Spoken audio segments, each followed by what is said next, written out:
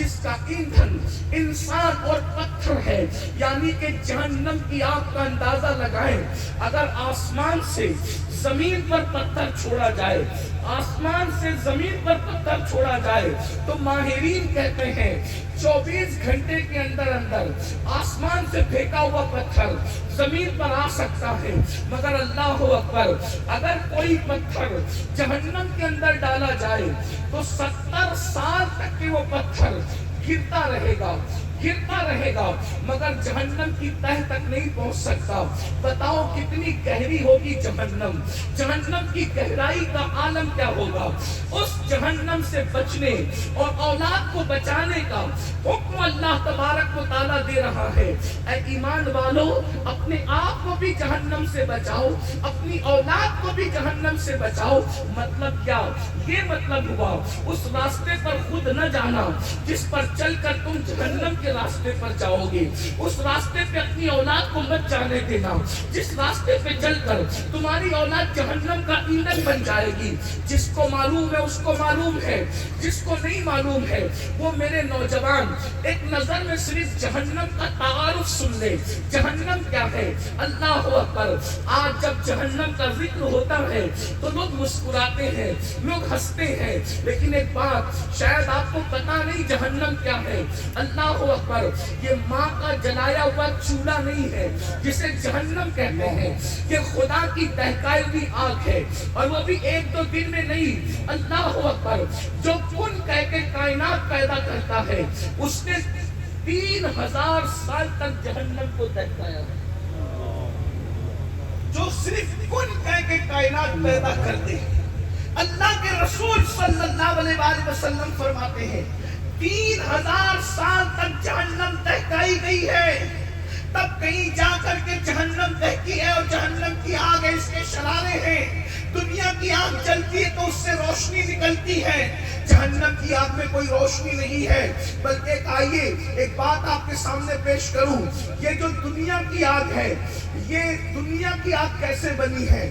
جب حضرت آدم کو کھانا بنانا ہوا تو آدم علیہ السلام نے کہا مجھے کھانا بنانے کے لیے آگ چاہیے، تو اس وقت تو اللہ نے جبریل علیہ السلام کو حکم دیا کہ جائیے اور جا کر کے جہنم کی آگ نکالیے، اور نکال کر اس کو 70 مرتبہ رحمت کے پانی سے دھلیے۔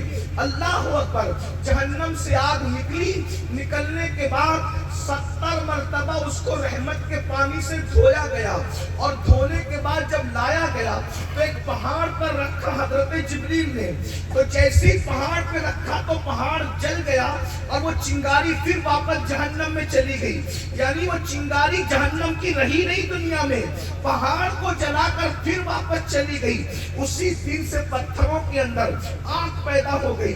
اب بتائیں 70 مرتبہ رحمت کے پانی سے جس آگ کو دھلا گیا اس کی یہ چنگاری کا اثر ہے، تو جہاں اس کے شرارے ہوں گے، یعنی دنیا کی آگ سے 70 درجہ زیادہ جو جہنم کی آگ ہے، اس کے شرارے کا عالم کیا ہوگا، اس کی حرارت کا عالم کیا ہوگا۔ اتنا جان لیجئے، بخاری شریف کی حدیث ہے، جہنم کا سب سے کم عذاب، سب سے ہلکا عذاب یہ ہے کہ جس کو سب سے کم عذاب دیا جائے گا وہ یہ کہ اس کے پیروں میں آگ کی جوتیاں پہنائی جائے گی، جہنم کی آگ کی بنی ہوئی جوتیاں پہنائی جائے گی، اور جس کے پاؤں میں آگ کی جوتی پہنا دی جائے گی اس کے سر میں اس کا بھیجا ایسے کھولنے لگے گا، اس کے سر میں اس کا بھیجا ایسے کھولنے لگے گا جیسے چولہے پہ رکھی ہوئی ہانڈی کے اندر پانی کھولنے لگتا ہے۔ فرمایا اللہ اکبر، جس زنجیر سے باندھ کر جہنمیوں کو عذاب دیا جائے گا اس کی ایک کڑی اگر پہاڑ پہ رکھ دی جائے تو پہاڑ جل کر کے ریزہ ریزہ ہو جائے گا۔